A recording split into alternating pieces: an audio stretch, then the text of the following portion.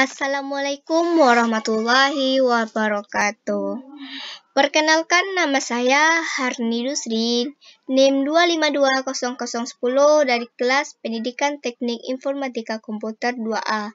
Dosen pengampu Ibu Gusnita Darmawati, SPD MKom.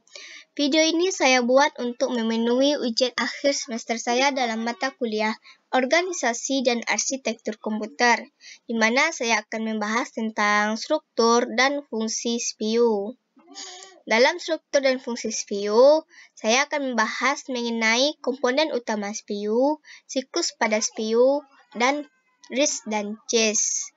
Sebelum membahas tentang komponen utama CPU, terlebih dahulu kita akan mengetahui apa itu CPU. CPU yaitu singkatan dari Central Processing Unit, adalah perangkat keras komputer yang berfungsi untuk menerima dan melaksanakan perintah dan data dari perangkat lunak. CPU merupakan komponen terpenting dari sistem komputer. Komponen pengolahan data berdasarkan instruksi yang diberikan kepadanya. Dalam mewujudkan fungsi dan tugasnya, CPU tersusun atas beberapa komponen. Komponen utama CPU terdiri dari 4 bagian. Yang pertama, ALU atau Arithmetic and Logic Unit, kedua, Control Unit, ketiga, Register, dan keempat, CPU Interconnection. Yang pertama, kita akan membahas tentang ALU atau Arithmetic and Logic Unit. ALU bertugas membentuk fungsi-fungsi pengolahan data komputer. ALU sering disebut mesin bahasa karena bagian ini mengerjakan instruksi-instruksi bahasa mesin yang diberikan kepadanya. Seperti istilahnya ALU terdiri dari 2 bagian, yaitu unit aritmetika dan unit logika Boolean, yang masing-masing memiliki spesifikasi tugas mandiri. Yang kedua, kontrol unit. Kontrol unit bertugas mengontrol operasi CPU dan secara keseluruhan mengontrol komputer, sehingga terjadi sinkronisasi kerja antar komponen dalam menjalankan fungsi-fungsi operasinya. Kontrol unit termasuk dalam tanggung jawab unit kontrol adalah mengambil instruksi-instruksi dari memori utama dan menentukan jenis instruksi tersebut.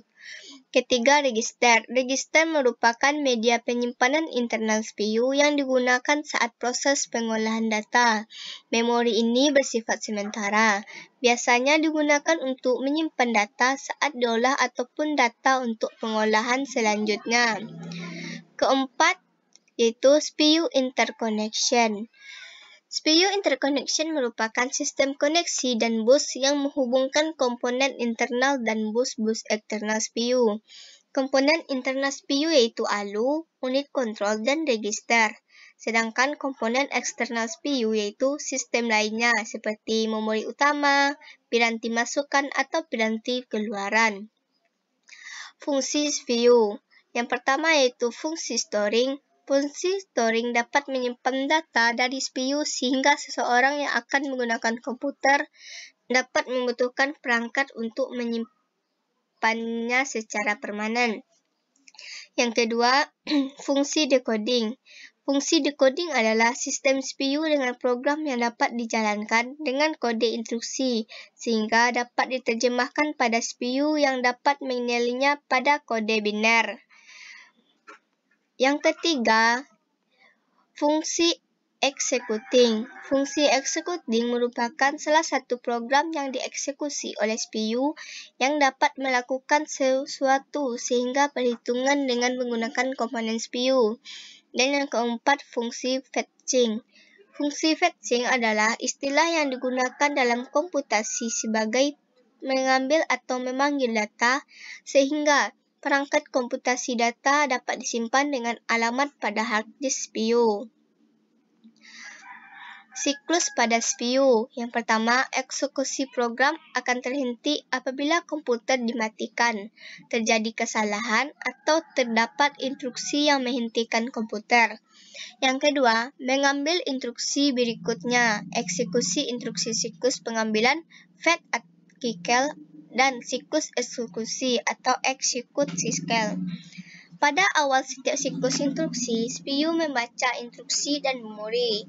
Sebuah register yang disebut program counter atau PC digunakan untuk menunjukkan alamat instruksi yang akan diambil dari memori. Setiap kali sebuah instruksi dibaca, isi PC akan ditambah sehingga CPU akan membaca instruksi selanjutnya secara berurutan.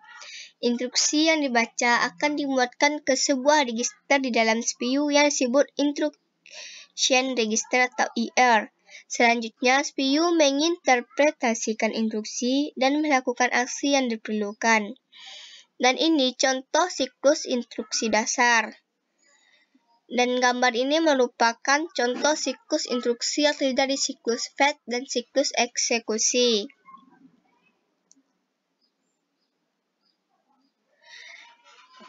Dan kita akan bahas tentang RISC atau Reduced Instruction Set Computer.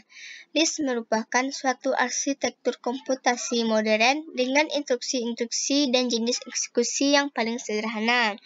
Karakteristiknya yaitu operasi berbentuk dari register ke register, kedua, penggunaan mode pengamatan sederhana, dan ketiga, penggunaan format instruksi sederhana. Ciri-ciri RISC yaitu instruksi berukuran tunggal, ukuran yang umum adalah 4 byte, jumlah pengamatan data sedikit, tidak terdapat operasi yang menggabungkan operasi load store dengan operasi aritmatika.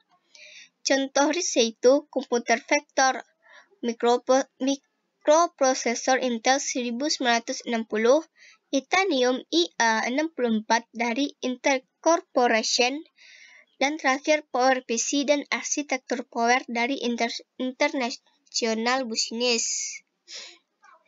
CIS, singkatan dari Complex Instruction Set Computing.